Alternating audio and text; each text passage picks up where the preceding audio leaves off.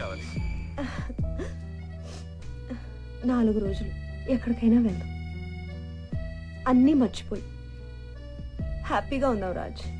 Okay, కావ్యని పిల్లల్ని ready అవ్వమని చెప్తాను. వద్దు రాజ్,